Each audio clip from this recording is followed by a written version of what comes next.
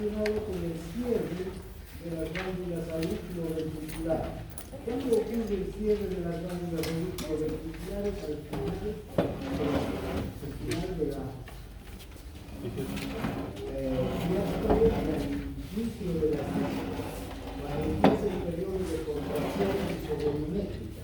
Empieza el periodo de contracción isovolumétrica y aumenta la presión en el ventrículo y se cierran las válvulas auriculoventriculares. ¿Es cierto? Para evitar el flujo retrógrado. ¿Para qué sirven entonces las válvulas? Para evitar el flujo retrógrado. El segundo tono va a ocurrir al final de la cita, cuando en realidad durante el periodo de relajación isovolumétrica, cuando la presión empieza a caer en el ventrículo, la presión es menor a 80 milímetros de mercurio, esta presión es superada por la presión de la aorta y la sangre intenta volver al ventrículo y cierra la válvula, ¿no es verdad? Y el cierre de estas válvulas va a ocasionar el segundo tono. Un primer tono y un segundo tono que están directamente relacionados con el cierre de las válvulas. El primer tono al inicio de la sístole y el segundo tono al final de la sístole. Es la relación de los tonos cardíacos entonces con el bombeo, ¿no? Ahora, ya hemos hablado de la generación de trabajo por el corazón. Recuerdan, en realidad el trabajo que genera el corazón lo va a emplear más que nada en generar presión, ¿no? Una parte del trabajo se va a hacer impulsar la sangre hacia las arterias, pero esta parte del trabajo que hace el corazón es pequeña y no influye gran cosa en la circulación. La principal inversión de trabajo del corazón es generar la fuerza, la presión que va a desarrollarse dentro del ventrículo y que luego se va a transmitir hacia las arterias para que la sangre circule. La sangre va a circular de un lugar de mayor presión a uno de menor presión. Hemos hablado también de esto en las anteriores clases. Ahora, hay tres variables que tienen que ver con con el trabajo del corazón y con la generación de la fuerza que el corazón es capaz de enviar, de desarrollar para enviar sangre hacia la circulación. Una variable es la precarga. ¿Sí? Es un concepto importante que no se tiene que olvidar porque van a hablar de precarga toda su vida, oigan el corazón. La precarga está relacionada con el volumen telediastólico, es decir, podemos decir, la cantidad de sangre que está presente en el corazón al final de la diástole, al ventrículo particularmente, y que genera una presión también dentro del ventrículo. Esta cantidad de sangre es lo que llega desde la periferia a través de las venas. Por eso también la precarga está relacionada con el retorno venoso. Si aumenta el retorno venoso, va a aumentar la precarga.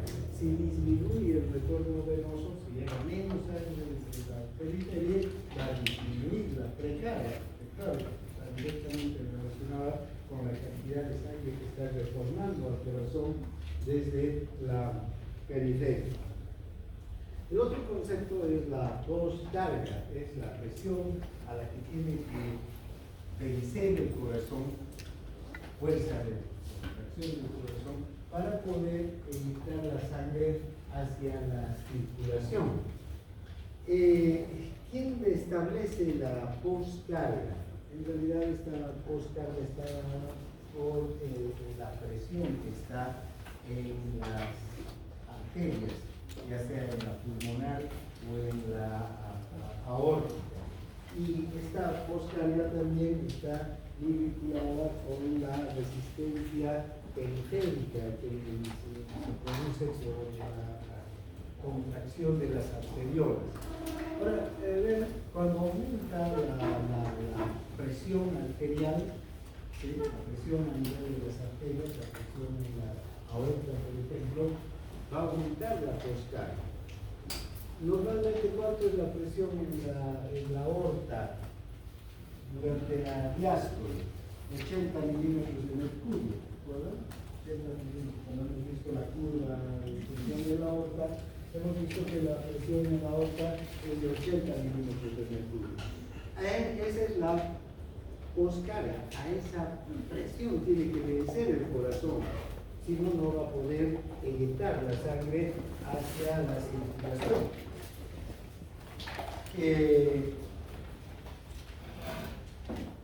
Esa presión de la aorta de 80 milímetros de mercurio está cerrando la válvula. Y si el corazón quiere abrir la válvula, tiene que superar los 80 milímetros de mercurio, si no, no va a eyectar.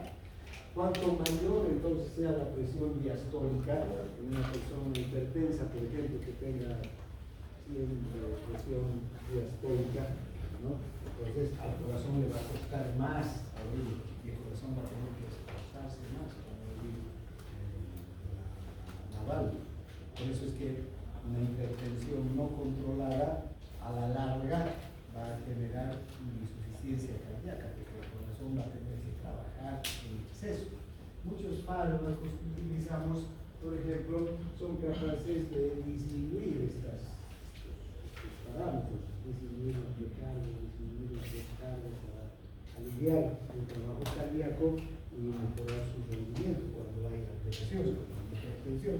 En la hipertensión, por ejemplo, que es hay fármacos que pueden disminuir la pre y la poscarga, hay otros que pueden disminuir la poscarga, dilatando los vasos, haciendo que al corazón le cueste menos eyectar hacia la circulación la sangre que ha llegado de las venas. Entonces, esta pre y poscarga, estos conceptos es muy importante en cuenta. Otro aspecto importante es la contractilidad del corazón. El corazón se contrae, su músculo se va a contraer a partir de los estímulos que vaya a tener. Normalmente, vean, el corazón se autorregula, el corazón tiene su propio automatismo, el nódulo sinusal, lo hemos visto, vamos a volver a hablar del nódulo sinusal, tenemos tiempo ahora. Es el nódulo sinusal el que va a producir el potencial de acción, la carga eléctrica que va a despolarizar el ventrículo y va a terminar con la contracción del ventrículo. Ahora, vean, el músculo cardíaco, como todos los músculos, tiene una característica de en especial, esta es una característica que tiene junto con el músculo liso, que cuanto más se estira el corazón, más con mayor fuerza se va a contraer. Mayor es el estiramiento, mayor es la fuerza de contracción. Entonces, el corazón se va a contraer en respuesta a la cantidad de sangre que llega a las cámaras. En realidad, hablaríamos del ventrículo. Cuanto mayor cantidad de sangre llega al ventrículo, el corazón se va a estirar con más fuerza o con mayor intensidad, pero se va a contraer también con mayor fuerza para eyectar esa sangre. Entonces, el corazón tiene un mecanismo intrínseco de regulación del bombeo y de la contracción cardíaca. Este mecanismo intrínseco, el mecanismo de Frank-Starling. El mecanismo de Frank-Starling nos dice que a volúmenes crecientes del retorno venoso, el corazón es capaz de adecuarse a esos volúmenes. ¿Sí? Y esto hace que el corazón se estire, reciba mayor cantidad de sangre de la que normalmente recibe, ¿sí? Pero también se contraiga con mayor fuerza. ¿Para qué? Para bombear toda la sangre en exceso que ha recibido el retorno venoso. Para entender bien este mecanismo, haremos un gráfico. Como digo,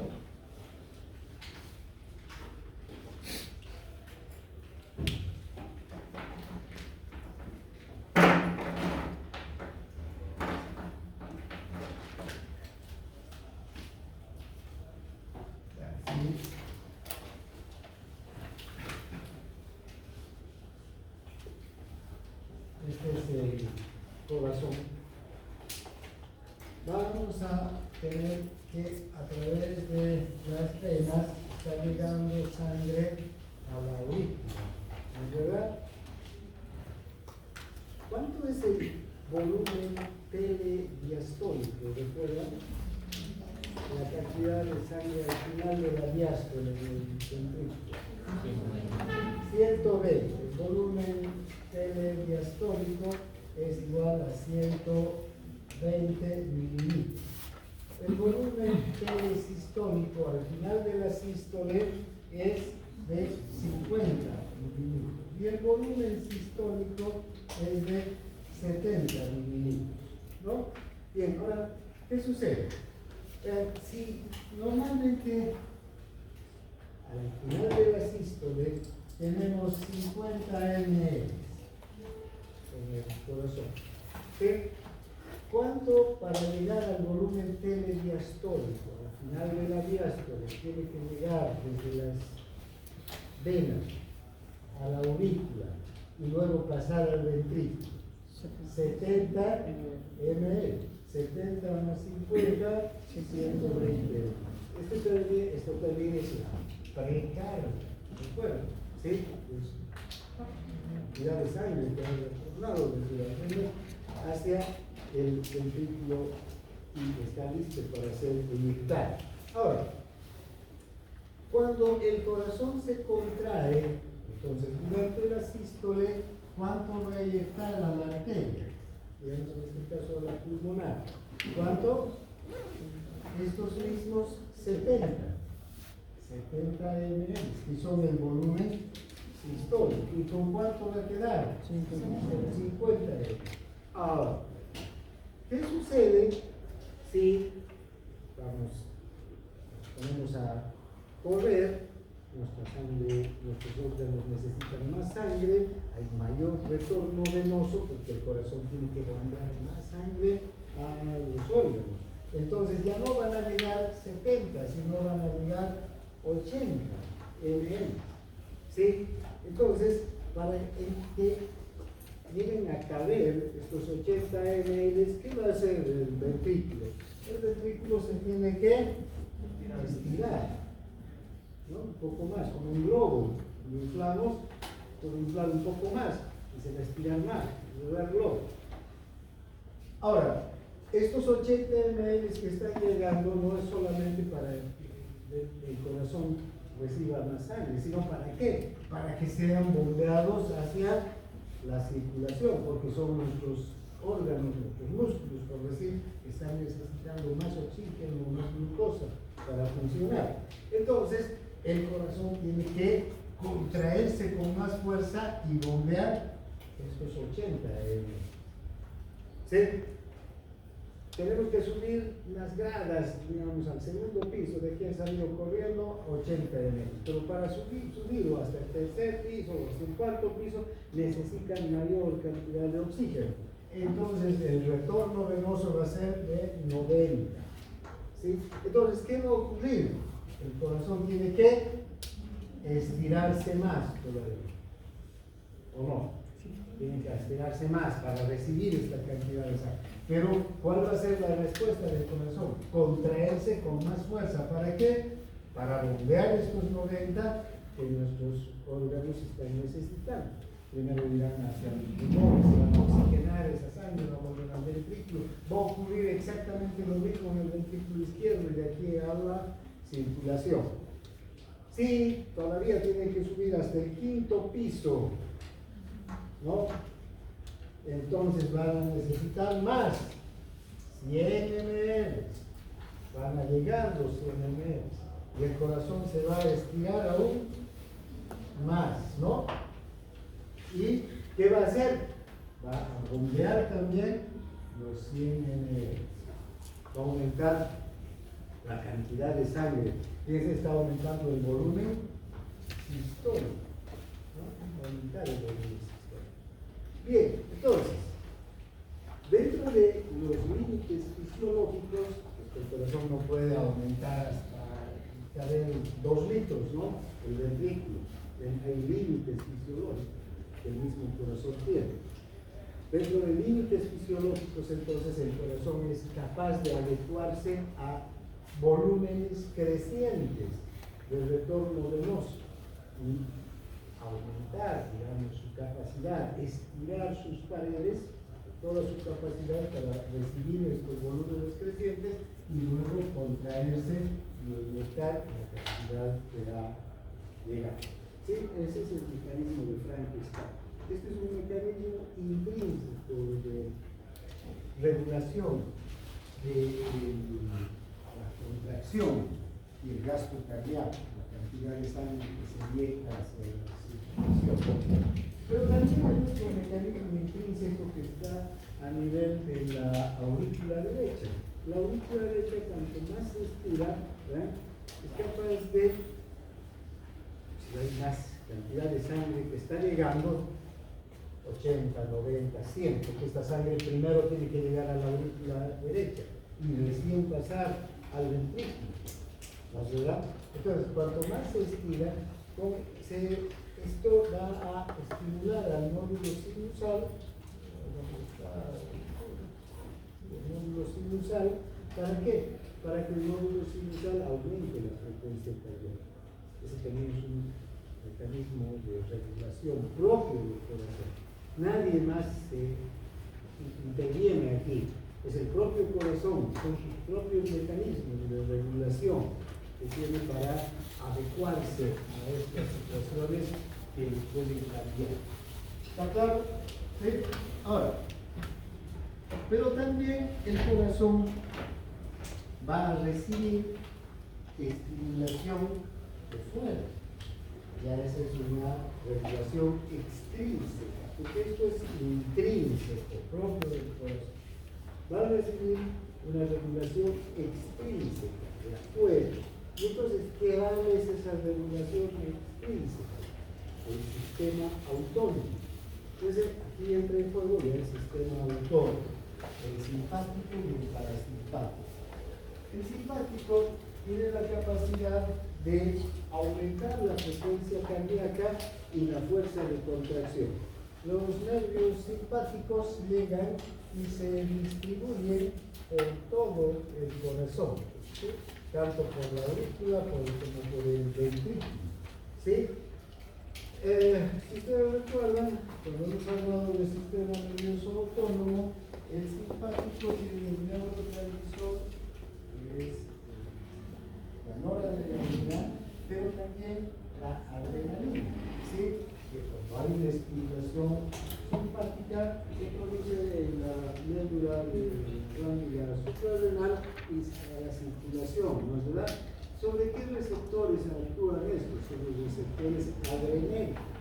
Y el músculo cardíaco tiene receptores beta 2. Cuando actúa sobre estos receptores beta 2, la adrenalina y la noradrenalina, en especial la adrenalina, ¿qué va a producir? Un aumento de la fuerza de contracción. Entonces, cuando estamos bajo estimulación simpática, estamos nerviosos, estamos asustados, estamos enojados, o estamos haciendo actividad física, corriendo, subiendo las gradas, nadando, qué sé yo, bailando, saltando, cualquier actividad física, se estimula el simpático y empieza a haber mayor cantidad de adrenalina y de noradrenalina, que va a aumentar la fuerza de contracción del corazón. O sea, ya no es solo el mecanismo de Frankenstein, sino además el simpático aquí que va a aumentar. Y una cosa interesante es que este simpático es capaz de aumentar la fuerza de contracción a tal punto de echar mano de estos 50 ml que están aquí. Estos 50 ml no son 50 ml que siempre están en el corazón. O sea, cuando el corazón está en reposo, quedan 50 ml. Pero si nuestro organismo, nuestros tejidos periféricos, los músculos, el cerebro, etc., necesitan mayor cantidad de sangre, fíjense, entonces, si llegó 100 más 50, ¿cuánto serían? 150. El mecanismo de Frankenstein va a devolver los 100, pero el simpático es capaz de contraer todavía más al corazón a tal punto de que de estos 50 eche mano 10. Entonces va a inyectar 150 hacia la circulación, mayor cantidad todavía de sangre, va a aumentar la sangre y desde luego, glóbulos rojos, oxígeno, ¿no? Hemoglobina, oxígeno que van a necesitar nuestros tejidos. Si se contrae con mayor fuerza, la estimulación simpática es mayor, aquí va a echar mano, ¿cuánto? 20 o 30. Pero, ¿y entonces qué va a pasar? El volumen telesistólico, del que hablamos, que son 50 ml, va a empezar a disminuir, porque este es un volumen de reserva que tenemos en el corazón. ¿Sí?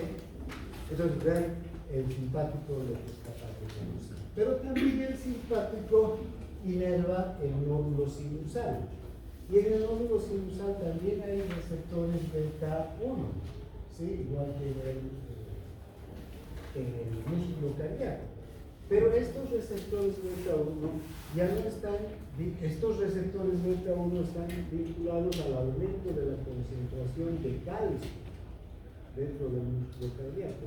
Y el calcio es el que va a producir la contracción, ¿no? Es el encargado de la meseta, va a aumentar la contracción, la fuerza de contracción. Aquí en el nódulo sinusal y el calcio nada tiene que ver. Aquí en el nódulo sinusal es el sodio el que se va a aumentar. Va a aumentar la permeabilidad al sodio con la presencia de la adrenalina en el receptor beta 1. Es otro receptor diferente al receptor que está aquí. Y este receptor va a hacer que el corazón se despolarice más rápidamente y aumente ¿qué cosa? La frecuencia cardíaca. Es aquí interesante cómo en una estimulación simpática puede ir aumentando la cantidad de sangre que se va a ir inyectando. Si además cuando 100 llegó más 30, digamos que echó a mano el corazón del volumen telesistólico, ¿cuánto vamos a tener de sangre que se está inyectando? 130, ¿no? Ya hacia la circulación. Casi se ha duplicado la cantidad de sangre que normalmente inyecta el corazón hacia la circulación. Estamos ya en una actividad intensa. Pero además el nódulo sinusal empieza a despolarizarse más rápidamente. Normalmente el nódulo sinusal se despolariza a 70 latidos por minuto. ¿Sí? Pero si hay una estimulación simpática, puede subir a 80, puede subir a 90, a 100, e incluso duplicar, ¿no? En una actividad intensa, por ejemplo, ¿no? Puede llegar a... Pero digamos que al subir las gradas ustedes a toda velocidad lleguen hasta 110 latidos por minuto, fácilmente cuando estamos en actividad podemos llegar hasta 110 latidos por minuto.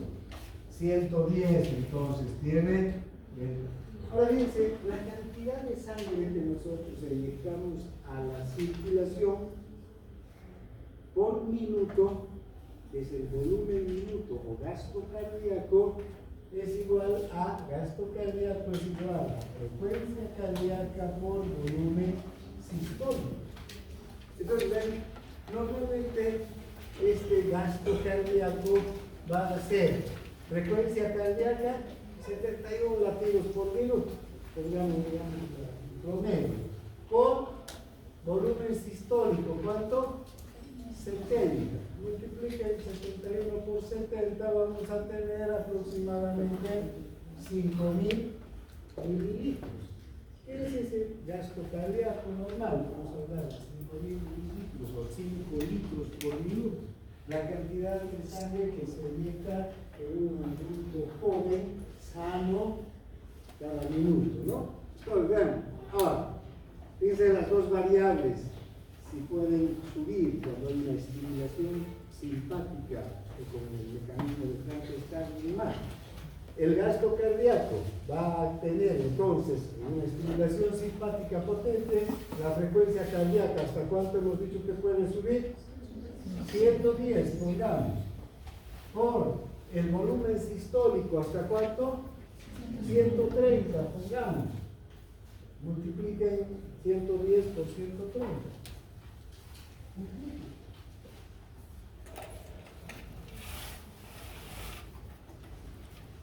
¿Cuánto van a tener? Ya van a funcionar sus calculadores, sus neuronas. 14.300. Fíjense cómo podemos hasta triplicar el gasto cardíaco cuando hay una estimulación simpática potente. ¿Sí? La cantidad de sangre que tira. Entonces, el simpático entonces va a aumentar estas propiedades, la propiedad cronotrópica, la propiedad inotrópica, la frecuencia, la fuerza de contracción del músculo cardíaco. Bien. Ahora, el parasimpático tiene otra función. Fíjense, el parasimpático, el vago, llega al corazón, pero se distribuye generalmente con las aurículas y sobre todo con el sistema de conducción, el nódulo sinusal y el nódulo auriculoventricular. No tiene ninguna acción sobre el ventrículo, o sea, el parasimpático no tiene la fuerza de contracción. ¿Dónde va a intervenir el parasimpático? En la frecuencia cardíaca. Allí, recuerden, hay receptores M2, muscarínicos 2, ¿no? El M2. Ese receptor está vinculado con la inhibición. Este receptor, ¿qué es lo que hace cuando llega la acetilcolina? Ya no la noradrenalina, sino la acetilcolina. Va a abrir canales de potasio. El potasio va a salir y la va a hiperpolarizar al nódulo. Y si el nódulo está hiperpolarizado, va a disminuir la frecuencia cardíaca. Entonces, el parasimpático va a ser lo contrario del simpático. Va a empezar a disminuir la frecuencia. Y cuando hay dominio, digamos, del parasimpático en nuestro organismo, ¿no? Cuando estamos relajados, descansando, echados, sin hacer una actividad física. Y es más, cuando comemos, cuando estamos en un proceso digestivo, ¿no? El parasimpático empieza a estimularse hacia los órganos digestivos y el corazón recibe, digamos, una estimulación parasimpática que va a bajar la frecuencia cardíaca y por eso que tenemos ganas de ¿qué? Después de comer. De echarnos, dormir un rato, ¿no? No queremos salir corriendo a ninguna parte, no, nos digerimos tranquilos.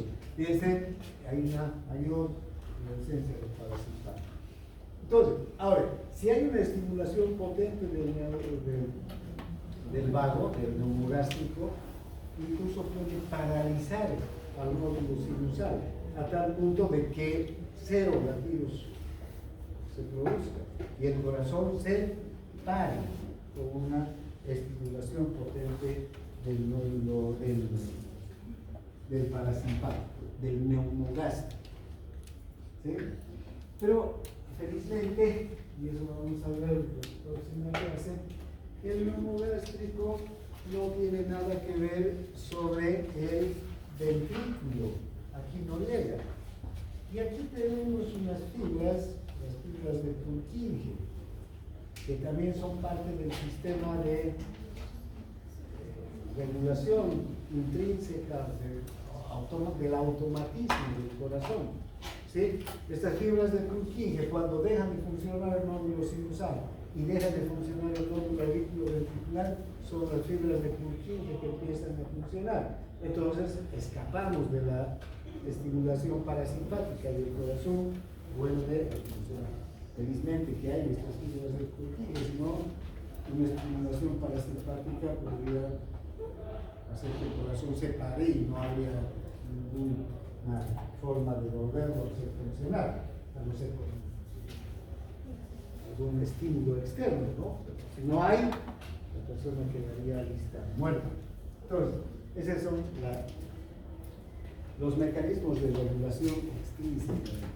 Ahora, bien, hay otros factores también que pueden intervenir sobre la frecuencia cardíaca y la fuerza de compresión, en especial los iones que están en el espacio extracelular.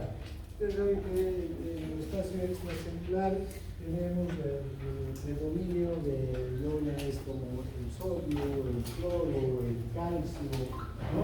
Y en el espacio intracelular el potasio. El potasio es pobre en el líquido extracelular. Ahora bien, una variación importante de los iones, de estos iones, en especial del sodio, del calcio y del potasio, el cloro no tiene nada que ver aquí, pero el sodio, el cloro, el sodio, el calcio y el potasio puede influir sobre el funcionamiento del músculo cardíaco. Aumento de la concentración de calcio puede aumentar la fuerza de compresión, incluso puede llevar a una contracción tetánica, quiere decir que el músculo cardíaco quede contraído, ¿no? Y no se relaja. Por otro lado, una hiperpotasemia, un aumento en la cantidad de potasio puede producir arritmias, funcionamiento anormal del corazón. Hay incluso llevar a una parada del corazón, que se pare el corazón, ¿no? Entonces, los iones del espacio extracelular, en especial el potasio y el calcio, pueden tener una influencia muy grande sobre el funcionamiento del corazón. En el caso del calcio, es difícil que haya una hipercalcemia tan grande que lo paralice el corazón. Sí, porque la concentración de calcio en realidad, vean, en el líquido extracelular es poquísimo, ¿no? ¿Cuánto es? ¿Cuánto? 2,4 miliequivalentes. 140, que es perdona, 142, que es el sodio, vean, ¿no? Y ni siquiera son los 2,4. Es 1,2 en realidad, porque 2,4 es el calcio total, pero el calcio como en estado iónico es 1,2 equivalente. Ese es el que va a servir para todas las acciones del calcio que estamos viendo, como en los neurotransmisores, en las secreciones, en el músculo cardíaco y el músculo esquelético. Entonces es pequeña cantidad, 1,2. Entonces es poco el calcio como para que aumente tanto y produzca una, digamos, contracción tetánica del corazón, ¿sí? Pero sí con el potasio. El potasio puede variar, porque, ¿no? Cuando hablemos en renal de cómo el organismo regula el potasio, bien, nosotros tenemos ¿cuántos miliequivalentes de potasio en el líquido extracelular? 4 miliequivalentes, ¿no? Con una comida de fruta y de verduras podemos aumentar fácilmente 100 miliequivalentes, pero inmediatamente el organismo en ese mismo instante desencadena una serie de mecanismos de regulación para eliminar el potasio excedente, para llevarlo hacia las células, que es un almacén de potasio en nuestras células, para que siempre el potasio esté en 4 miliequivalentes, ¿no? Entonces, hay nuestros propios mecanismos que mantienen esas concentraciones bajas de potasio, pero hay situaciones en las que puede haber una interpretación, por ejemplo, alteraciones renales, porque el riñón es el órgano que más regula la concentración de iones, entonces podría aumentar, ¿no? La temperatura corporal también puede aumentar la frecuencia cardíaca. Si hace Si tenemos una fiebre, por ejemplo, una vez que el paciente con fiebre, la frecuencia cardíaca va a aumentar. Nuestra frecuencia cardíaca se mantiene estable debido a que también nuestra temperatura es estable, ¿no? Pero fíjense, si aumenta la temperatura cuando tenemos fiebre, puede aumentar. Se dice que puede aumentar a razón de 10 latidos por cada grado de temperatura que suba el organismo, la temperatura corporal, no la temperatura externa, porque si no ahí estaríamos aumentando y disminuyendo de entrar de un cuarto a otro, ¿no? Uno que está frío, uno que está caliente, pero no, la temperatura corporal. Nosotros tenemos esta frecuencia cardíaca de 71, entonces a una temperatura de 37 grados, ¿no? Y se mantiene, a no ser que haya una estimulación simpática. Pero desde el punto de vista de la temperatura, si subiera esa temperatura a 40, entonces podría subir hasta 30 latidos por minuto, ¿no? La frecuencia cardíaca. Bien, entonces hasta aquí todo lo que es el ciclo cardíaco. Casi no hemos gastado 3 clases, pero si no entienden lo que es el ciclo cardíaco, mejor el líder puede querer entender lo que pasa en el corazón. Bien, ahora veremos primero que hora es.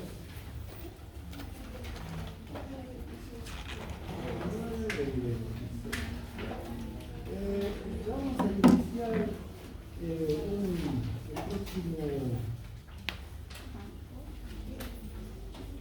tema, que es la excitación rítmica del corazón.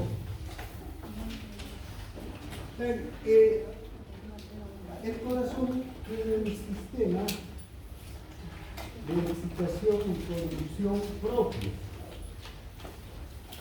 que no tienen los otros músculos. El músculo esquelético y el músculo liso tienen su propio sistema, o perdón, tienen un mecanismo de excitación externo, ¿no?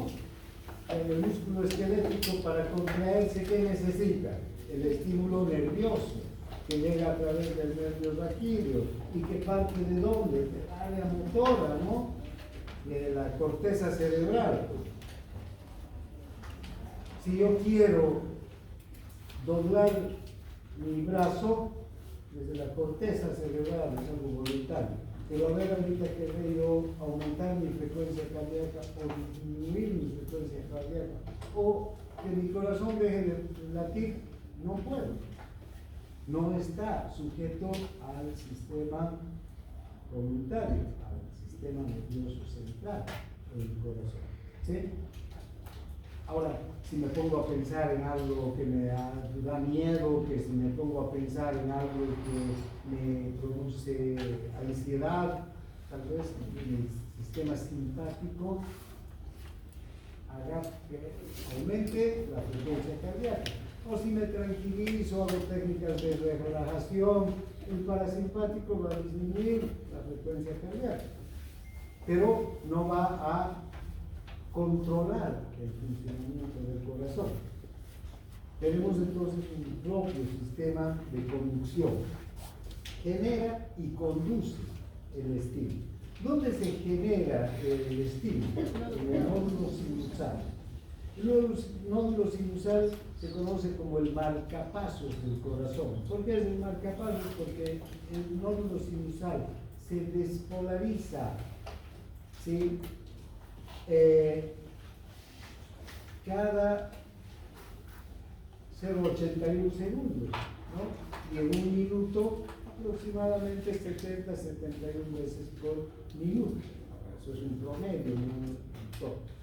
Una vez que se despolariza el nódulo sinusal, esta despolarización del nódulo sinusal se transmite inmediatamente hacia las aurículas. En ese mismo instante se transmite hacia las aurículas y empieza la despolarización de la aurícula. Y mientras se está despolarizando la aurícula, también se va a despolarizar las vías internodales. Tiene un... Aquí. Pero este teclado no, mejor porque este es para proyectar. Ahora no se está proyectando, pero tiene un...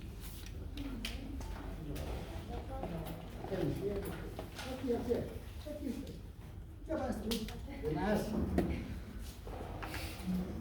A ver, vamos a dibujar aquí este sistema de conducción.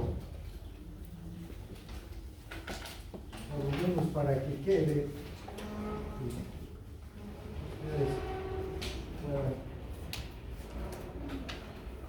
Leer algo esta mañana. Entonces, si esta es la aurícula derecha, la aurícula izquierda, el audículo derecho, el audículo izquierdo. ¿Dónde está el sistema de conducción? ¿Dónde empieza? En el nódulo sinusal.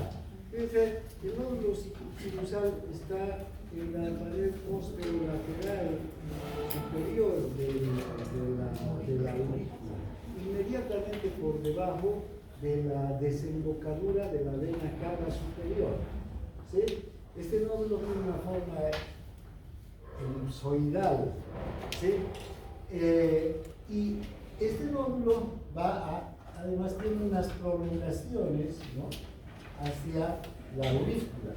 Estas prolongaciones hacia la aurícula no son nada más que uniones desmosónicas, uniones en hendidura. ¿Recuerdan?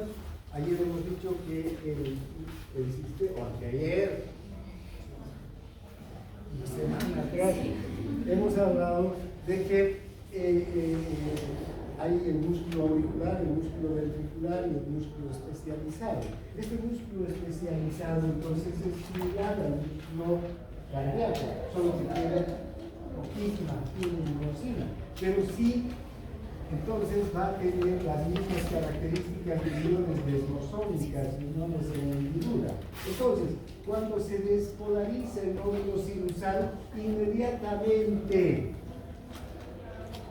la despolarización se transmite hacia la aurícula, en ese mismo instante.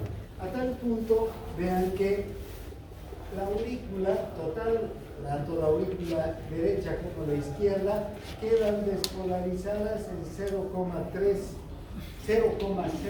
segundos. Y se despolariza la aurícula. Luego, están las vías internodales, anterior, media y posterior. Son 3 vías que comunican el nódulo sinusal con el nódulo auriculoventricular. ¿Dónde está el nódulo auriculoventricular? En el piso, digamos, de la aurícula. ¿Sí? Este nódulo auriculoventricular recibe el impulso eléctrico que está llegando desde el nódulo sinusal.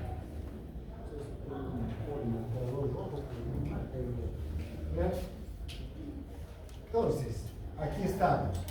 Una vez despolarizado el nódulo y se despolariza las vías internodales. ¿Cuánto tarda en llegar el estímulo desde el nódulo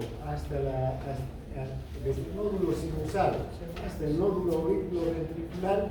0,03 segundos. El mismo tiempo que ya se ha despolarizado toda la aurícula. Y luego ingresa al nódulo auriculoventricular. Este nódulo tiene una característica, tiene menos uniones desmosónicas, uniones en hendidura, ¿sí? Entonces, estos canales por los que circulan los iones son más estrechos, si quieren ustedes. Entonces los iones se frenan en su velocidad y va a tardar aquí 0,09 segundos en atravesar el estímulo, el nódulo auriculoventricular. Después, recuerden, entre la aurícula y el ventrículo, o entre las aurículas y los ventrículos, está un tabique fibroso que separa al sinsitio, al músculo auricular del músculo ventricular. Estos son dos músculos independientes que están separados por el tabique. Este tabique es aislante, no permite el paso de los iones desde este sincipio a este otro sincipio. La aurícula entonces se despolariza independientemente del ventrículo. Para que se despolarice el ventrículo tiene que pasar el estímulo al ventrículo. ¿Y cómo lo hace? A través de otra vía, ¿no? Este es un haz penetrante que penetra en el tabique, lo perfora al tabique y pasa hasta el ventrículo. También este se llama haz auriculoventricular. ¿Cuánto tiempo tarda en pasar el tabique, el estímulo? 0,04 segundos. ¿Sí? Una vez que llegan al ventrículo, entonces las vías se dividen en dos, que se llaman la rama izquierda y la rama derecha del haz de His. Y estos dos haces, los haces de His, derecho e izquierdo, terminan en unas ramificaciones que se conocen como fibras de Purkinje. ¿Sí? Estas fibras se distribuyen por todo el músculo ventricular. ¿Sí? Entonces, el estímulo también aquí va a seguir corriendo. ¿Y cuánto va a tardar en atravesar todo el haz de His y las fibras de Purkinje? Unos 0,03 segundos. Muy veloces son estas fibras de Purkinje para llevar el estímulo hacia el músculo. Pero de las fibras tiene que pasar al músculo y el músculo se tiene que despolarizar, así como se ha despolarizado la aurícula. ¿En cuánto tiempo se despolarizó la aurícula? 0,03 segundos. Entonces, aquí también el músculo se va a despolarizar en otros 0,03 segundos aproximadamente. Entonces, vean cómo va la cosa. Si sumamos, la aurícula se despolariza en 0,03 segundos e inmediatamente después se contrae. Cuando se contrae la aurícula pasa la sangre de la aurícula al ventrículo y el ventrículo queda lleno. Hasta que ocurre todo eso, la despolarización de la aurícula y la contracción de la aurícula, el estímulo ha llegado a las fibras de Purkinje, no, a los haces de His, ¿no es verdad? ¿Y cuánto tiempo ha pasado?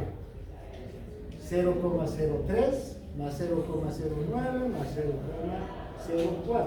Todo esto va a ser 0,16 segundos. Acuérdense bien de este tiempo, porque este también es un tema, lo que vamos a ver en el electrocardiograma, cuando empecemos a interpretar el electrocardiograma, este tema es importante. Bueno, entonces en este momento el ventrículo ha recibido ya la sangre y está empezando a despolarizarse. ¿Y en cuánto tiempo se despolariza el ventrículo? ¿Ven? 0,03 pasa por las fibras de Purkinje, más 0,03 en el propio ventrículo es 0,06 segundos. También recuerden este tiempo porque el complejo QRS no va a tener cuidado con este tiempo del cardiograma.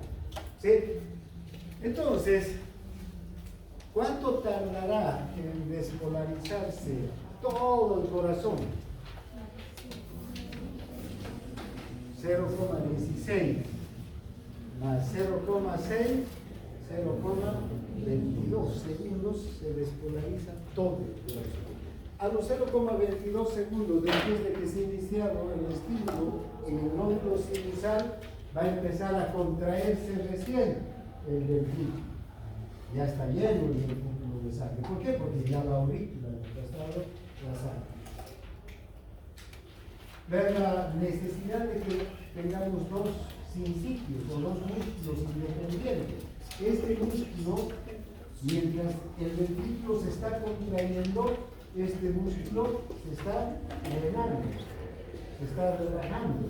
Y cuando el ventrículo está vacío, como 50 ml de volumen sistólico, pero vacío, digamos, este músculo se empieza a vaciar. Primero, en el primer tercio de la diáspora, ¿qué pasa? Se abren las válvulas y pasa el 80% de la sangre. En el segundo tercio pasa muy poca sangre. Y en el tercer tercio, en el momento en el que se ha despolarizado ya la aurícula, se contrae y pasa el 20% restante. Todo eso lo hace, todo este tiempo es 0,16 segundos necesarios para que el ventrículo esté lleno, se despolarice y eyecte la sangre. ¿Está claro? Sí. Bien, entonces hasta aquí vamos a ver hoy día. Les voy a entregar sus exámenes.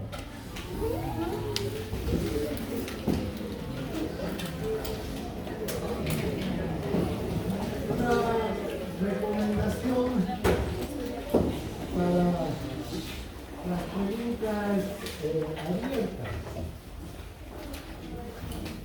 Si alguien tiene algún reclamo, primero vea el libro y que diga como en el libro. Porque si es que yo he puesto aquí y he escrito también aquí, hay cada respuesta que no sé si deben decirle para reír o para llorar. ¿Sí? Ponen cada cosa, se les ocurre y después van a ver, pero yo puse, es que puse esto. No